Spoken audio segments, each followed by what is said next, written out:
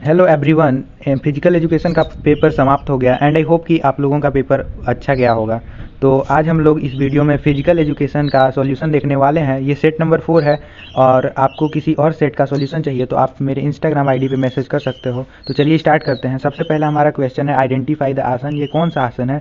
तो ये भुजंग आसन है, तो इसलिए इसका करेक्ट आंसर है भुजंग आसन, ऑप्शन ए। अब क्वेश्चन नंबर सेकंड है traits like sadness, mood swings and emotional instability are related with. तो ये न्यूरोटिसिज्म से रिलेटेड होता है, तो इसलिए इसका डी करेक्ट आंसर होगा। फिर क्वेश्चन नंबर 3 है not the factor affecting projectile trajectory. Projectile trajectory को कौन अफेक्ट नहीं करता है? तो इसमें ग्रेविटी तो करता ही है, एयर रिलीज भी, angle of release, angle of projection तो करता ही है, और एयर रेजिस्टेंस भी करता है, लेकिन इसमें बुएंट फोर्स नहीं करता है अफेक्ट, तो इसलिए इसका आंसर होगा ऑप्शन सी। फिर क्वेश्चन नंबर 4 है विच of the following factors does not determine flexibility. Flexibility को इसमें ज्वाइंट स्ट्रक्चर तो डिटरमाइन करता ही है, प्रीवियस इंजरी भी करता है, एज एंड जेंडर भी करता है, बच्चा एफिशिएंसी ऑफ लंग्स, तो ये इसका आंसर हो जाएगा ऑप्शन नंबर सी। इससे हम लोग फ्लेक्सिबिलिटी डिटरमाइन नहीं करते हैं। अब fartlek training is use to develop. Fartlek training endurance को इम्प्रूव करने का एक मेथड होता है, तो इसलिए इसका आंसर होगा ऑप्शन नंबर ए, एंड्योरेंस। अब क्वेश्चन नंबर 6 दिया है which type of coordinative ability is required in games like judo and wrestling. तो इसका आंसर है coupling ability, option number B. और फिर क्वेश्चन 7 है the ability tolerate high concentration of can help in improving endurance performance.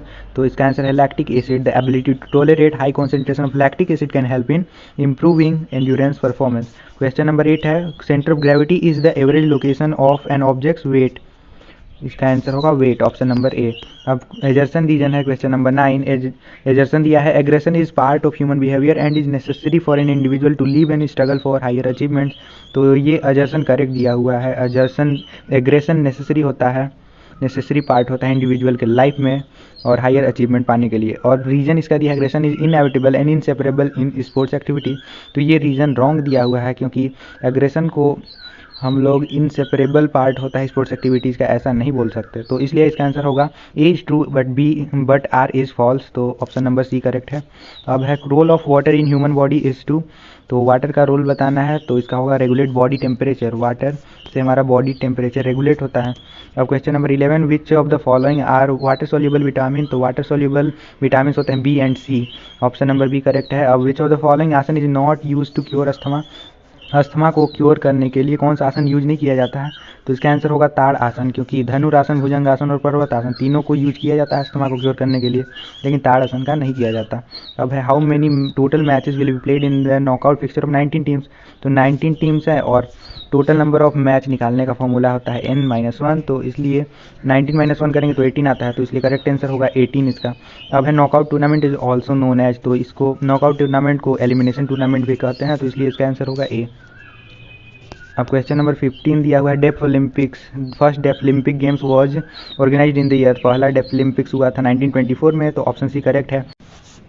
अब next है match the following. तो match the following में हम लोग मैचिंग करेंगे। तो पहला दिया हुआ है जेनु आलगम नॉकनी। नॉकनी में क्या होता है कि हम लोग के ये जो नीज होते हैं आपस में टच करने लगते हैं, तो इसलिए इसका होगा जो थर्ड में दिया हुआ है knees touch each other in normal standing position. और काइफोसिस में क्या होता है कि जैसे हमारा ये स्पाइन है नॉर्मल पोजीशन में, तो काइफोसिस में ये ऐसे मुड़ जाता है, तो इसका होगा increased exaggeration of backward curve, option A वाला। और फिर लॉर्डोसिस में क्या होता है, ये आपका सीधा स्पाइन है, वही आपका लॉर्डोसिस में इस तरह का हो जाता है, तो इसलिए इसका हो जाएगा inward curvature of the spine. और बो लेग्स में क्या होगा, बो लेग्स में wide gaps between the knees when standing with feet together. तो वो लेग्स में आपका इस तरह से जो है कि लेग्स आउटवर्ड पोजीशन में फैल जाते हैं, तो इसलिए इसका करेक्ट आंसर ओवरऑल आता है ये ऑप्शन नंबर ए 3142।